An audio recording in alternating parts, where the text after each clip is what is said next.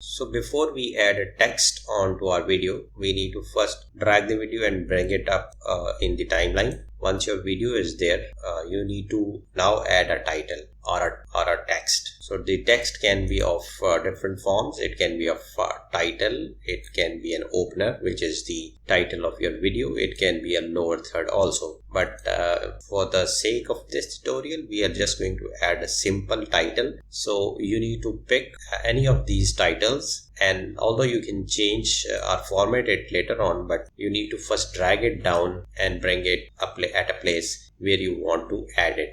You can move the text left and right, and you can increase or decrease this length or duration for which the text would be displayed on your video by dragging this towards the left or right. And you need to double click this, and whatever you want to write, you have to write it here.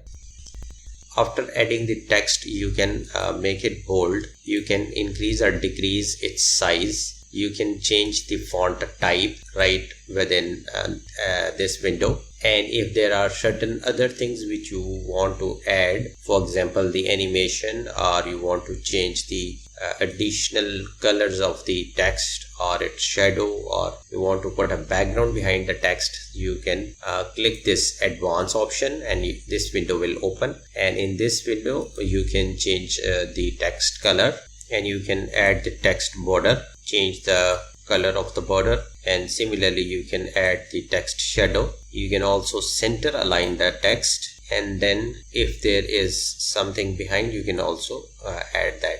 And you can also move this left and right or at a location where you want it to be, and then you can go to the animation and give it some animation. For example, I'm adding this animation, which is a typewriter kind of a format. So once you are okay with this, you can just click OK.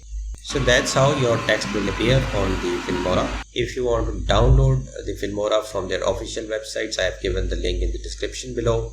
You can download it from there, and you can start to use the Filmora, as this is the best software for the beginners. In any case, thanks for watching. Like, share and subscribe.